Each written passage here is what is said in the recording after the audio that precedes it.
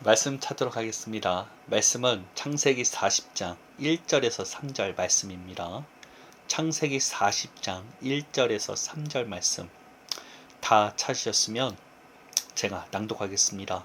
그 후에 애굽 왕의 술 맡은 자와 떡 맡은 자가 그들의 주 애굽 왕에게 범죄한지라. 바로가 그 두 관원장 곧 술 맡은 관원장과 떡 맡은 관원장에게 노하여 그들을 친히 대장의 집안에 있는 옥에 가두니 곧 요셉이 갇힌 곳이라. 아멘. 오늘 선포하고자 하는 말씀은 잊혀진 2년, 준비되는 2년이라는 제목으로 말씀을 나누어 보고자 합니다. 감옥에 갇힌 요셉에게는 기회가 생긴 것 같은 상황이 처음으로 찾아오게 됩니다. 그것은 바로 왕의 신하들이 자신이 있는 감옥에 갇히게 된 것입니다. 그것도 빵 맡은 관원장과 술 맡은 관원장이었습니다. 당시에 왕의 음식을 맡은 직분은 왕의 최측근이 하는 것이었습니다. 즉 그들은 대단한 권력을 가진 신하들이었다고 할 수 있습니다. 그런데 그들이 요셉이 있는 곳에 갇히게 된 것입니다. 그들에게 잘 보이기만 한다면 그들이 풀려날 때 자신도 함께 풀려날 가능성이 커지게 되는 것입니다. 거기에 더하여 요셉은 감옥에서 그들을 시중드는 일까지 맡게 되었습니다. 이제 요셉은 다 되었다고 생각했을지도 모르겠습니다. 이제 이 억울한 누명에서 벗어나 자신의 고향으로 갈 수도 있겠다고 생각했겠죠. 그리고 놀랍게도 하나님께서 하시는 것과 같은 일이 일어나게 됩니다. 바로 신하들이 꿈을 꾸게 된 것입니다. 요셉은 이들의 꿈을 듣고 바로 해석해 주게 됩니다. 그리고 곧 풀려날 꿈을 꾸게 된 신하에게 자신의 처지를 말하며 자신도 풀려날 수 있게 도와달라고 부탁을 하죠. 그러나 그 신하는 실제로 복직되었음에도 불구하고 요셉을 잊어버리게 됩니다. 하루 이틀이 지나 1년이 지나도 어떠한 소식도 들려오지 않게 된 것입니다. 사실 마음이 상했겠죠. 이제 드디어 기회가 왔구나 생각했는데 말입니다. 그러나 놀랍게도 2년이 지나서야 그 신하는 요셉을 기억해내게 됩니다. 그것도 바로 왕이 기이한 꿈을 꾼 직후의 말입니다. 전 이 말씀을 보면서 한 가지 질문을 하게 되었습니다. 만약에 요셉이 2년 전에 풀려났다면 어떤 일이 일어났을까 하고 말입니다. 분명 요셉은 자유함을 얻었을 것입니다. 그리고 그가 그토록 바랐던 본토 친척 아비 집으로 돌아갈 수 있는 기회를 얻을 수 있었겠죠. 그러나 만약에 그랬다면 그와 그의 가족들은 훗날 찾아오게 될 가뭄에서 살아남기가 무척이나 어려웠을 것입니다. 뿐만 아니라 이스라엘이라는 나라가 세워지기가 무척이나 힘들었겠죠. 사실 시간이 엄청나게 지연될 수밖에 없는 상황이 되었을 것입니다. 이집트라는 부유하고 큰 나라 안에 있었기에 이스라엘은 국가라고 부를 정도로 인구가 불어날 수 있었기 때문입니다. 이와 같이 요셉이 바라는 때와 하나님께서 정하신 때와는 차이가 있을 수밖에 없다는 것입니다. 그렇게 우리는 우리의 바람대로 무엇인가 일이 진행되지 않을 때, 내 마음대로 인생이 사라지지 않을 때 조급할 이유가 없다는 것입니다. 내가 생각하는 때와 하나님이 생각하시는 때가 다르기 때문입니다. 그렇다면 가만히 기다리기만 하면 되는 것일까요? 그렇지 않다는 것입니다. 심은 것이 없는데 어디에서 싹이 나고 자랄 수가 있겠습니까? 요셉은 감옥에 갇힌 상황에서도 하나님과의 교제를 놓치지를 않았습니다. 사실 더욱더 간절했겠죠. 좌절한 만큼 더욱더 하나님을 찾고자 했을 것입니다. 그 결과 요셉은 다른 사람의 꿈을 듣고 해석해 줄 수 있게 된 것입니다. 이는 단순하게 꿈 해석이라고 해서 동물, 식물 등을 보고 공식대로 풀이했을 것이라고 생각해서는 안 된다는 것입니다.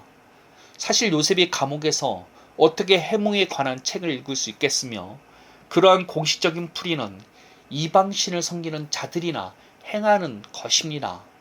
요셉이 했던 꿈 해석은 하나님께서 주신 감동을 통해서 행하는 것이었습니다.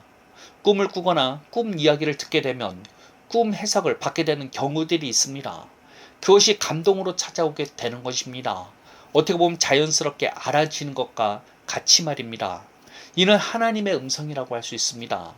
아마 요셉은 하나님과 무척 가까운 사람이니 그저 알아지는 것을 넘어서서 하나님께서 주시는 음성을 그대로 들었을 것입니다. 즉 요셉은 어디에 있든지 하나님과 동행하는 삶을 살았고 그 결과 그 꿈 해석까지도 하나님께서 알려주시게 된 것입니다. 요셉은 감옥 내에서도 가만히 있던 게 아닙니다. 자신이 할 수 있는 최선의 방법을 행했습니다. 그것은 바로 하나님과 동행하는 삶이었다는 것입니다. 그리고 간수장에게 맡겨진 일에 최선을 다했습니다. 그 결과 요셉은 바로의 꿈까지 해석하게 되었고 더 나아가 해결책까지 제시함으로써 국무총리가 될 수 있었던 것입니다. 요셉은 이와 같은 결과물을 낼 수 있었던 이유는 자신이 처한 상황에서 최선을 다했기 때문입니다. 그렇게 여러분, 당장 상황이 변화되지 않는 것 같은 것에 대해서 답답할 이유가 없습니다. 분명 우리가 온전히 심기만 했다면 그것이 싹이 트고 열매 맺게 될 것이기 때문입니다. 무엇인가 하나님께서 개입하신 것 같은데 결과물이 안 나온다면 이는 하나님의 때가 있다는 것을 깨달아야 한다는 것입니다. 나의 바람대로만 한다면 단순히 내 소망을 이루는 일에 그치지만 하나님의 뜻에 맞출 수만 있다면 가족을 살리고 나라를 세우는 놀라운 일까지 행하게 되는 것입니다. 우리는 지금 여기에서 내가 할 수 있는 일에 최선을 다하면 되는 것입니다. 더 나아가 새 언약 시대를 사는 우리들에게는 약속이 있습니다. 요셉은 어렸을 때부터 꾸었던 꿈들을 하나님의 약속으로 삼았습니다. 그리고 그 약속이 국무총리가 되어서 이루어지는 것을 보게 되었습니다. 자신의 형제들이 찾아와 자신에게 절하는 모습을 보고 요셉은 그때의 꿈을 기억한 것입니다. 이는 단순히 꿈을 한 번 꾸었다고 끝나는 게 아니라 그 꿈을 항상 자신의 마음에 품었기 때문이라는 것입니다. 그 결과 요셉은 자신이 꾸고 품었던 꿈을 실제로 마주하게 된 것입니다. 하물며 우리들에게는 예수님의 핏값을 통해서 얻게 된 약속이 있다는 것입니다. 이 약속은 우리가 하나님의 자녀가 되는 권세를 누리게 만들었다는 것입니다. 재용섬을 받아 의인이 되었을 뿐만 아니라 하나님의 자녀가 되었다는 것입니다. 그리고 성경은 그 자녀됨만 말하는 게 아니라 자녀가 되는 권세를 누리게 되었다고 하죠. 그 말은 명목상의 자녀가 아니라 실제 하나님의 자녀로서 능력을 나타낼 수 있다는 말이 됩니다. 예수님께서는 공생의 사역을 하셨을 때 자녀된 권세를 어떻게 사용하셨습니까? 아버지께서 주시는 말씀대로 말하심으로써 그 권세를 사용하셨습니다. 이는 우리들도 마찬가지라는 것입니다. 하나님의 말씀을 말씀대로 선포함으로써 그 권세는 사용하게 되는 것입니다. 그런데 예수님과 달리 우리는 하늘의 의식으로 살아가기보다 땅의 의식으로 살아가고 있죠. 우리 역시 예수님과 같이 하늘 의식으로 살아가야만 한다는 것입니다. 이를 위해서 예수님께서는 자신을 십자가에 맡기신 것입니다. 우리가 더 이상 땅에 묶여서 사는 존재가 아니라 하늘의 존재가 되도록 말입니다. 성경은 우리가 예수 그리스도와 함께 십자가에 못 박혔다고 증언하고 있습니다. 우선적으로 우리가 해야 할 것은 자신의 죽음을 받아들이는 것입니다. 이는 예수님을 믿기 전부터 형성된 나 자체가 죽었다는 것입니다. 지금 느껴지는 내 생각, 감정, 느낌 모두가 사실상 죽은 옛사람이라는 것입니다.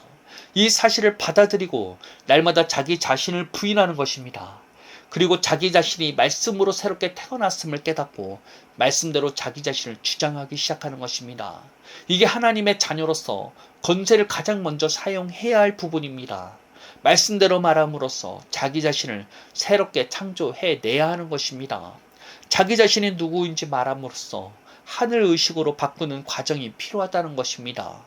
그럴 때 우리도 예수님과 같이 하나님 아버지의 마음과 일치하게 되는 것이며 하나님의 말씀대로 말함으로 주의 뜻을 이 땅에 나타내는 자로서 살아갈 수 있게 되는 것입니다. 우리에게 필요한 훈련은 하늘의식을 새롭게 만드는 것입니다. 요셉이 있는 자리에서 꿈을 품으며 최선을 다하여 하나님과 동행하는 삶을 살았던 것 같이 우리도 그와 같은 삶을 살아야 하는 것입니다. 우리는 우리에게 허락된 새 언약의 말씀을 품고 하나님과 동행하는 삶을 살아야 하는 것입니다. 더 나아가 자신에게 맡겨진 일에 최선을 다해야 합니다. 요셉은 보디발 장군의 집에 팔려가 한 일이 그의 집을 돌보는 일이었습니다. 그는 그 일에 최선을 다하였고 주인의 인정을 받는 자였습니다. 뿐만 아니라 감옥에서도 그는 자신에게 맡겨진 일에 최선을 다했습니다. 감옥에 필요한 일들을 간수장 대신에 요셉이 처리한 것입니다. 그 결과 왕의 신하들이 감옥에 갇힐 때 가장 믿을 만한 요셉이 그들을 시중들게 된 것입니다. 만약에 요셉이 자신이 맡은 일에 최선을 다하는 자가 아니었다면 그는 감옥의 죄수 가운데 한 명일 뿐이었을 것입니다. 당연히 왕의 신하들을 시중들 일도 없었을 뿐만 아니라 애굽의 총리가 되는 일은 꿈도 꾸지 못했을 것입니다.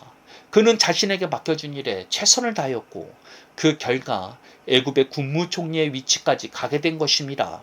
그가 국무총리가 될 수 있었던 이유는 그가 꿈 해석만 완벽하게 해서가 아닙니다. 실제로 일어날 재앙에 대해서 대비할 방안까지 제시했기 때문이라는 것입니다.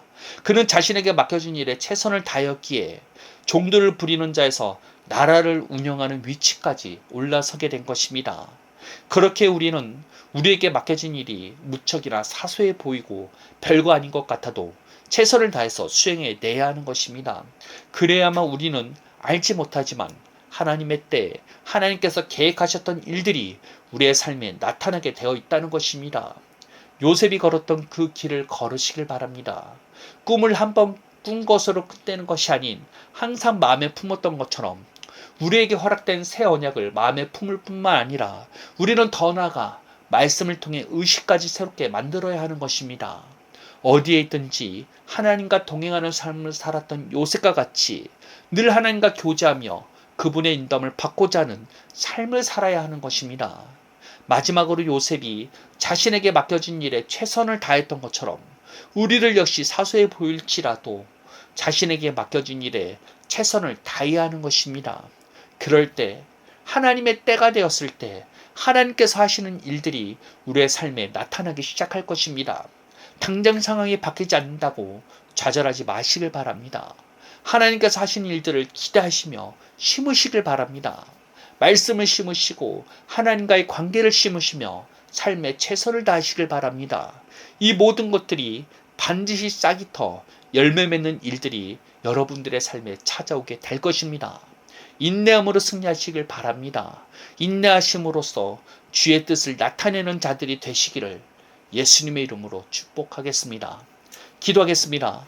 하나님 감사합니다. 우리의 삶 가운데 늘 함께 하시며 우리를 인도하여 주시는 주님을 바라봅니다. 지금 당장 상황이 바뀌지 않고 변화되지 않는다 할지라도 우리에게 주어진 삶에 우리가 최선을 다하겠습니다. 더욱더 주님을 찾고 주님의 말씀을 말씀대로 말함으로써 우리가 하늘의식을 새롭게 소유하는 자가 되겠습니다. 하나님 우리에게 맡겨진 일에 최선을 다함으로써 열심히 일하는 자가 되겠습니다.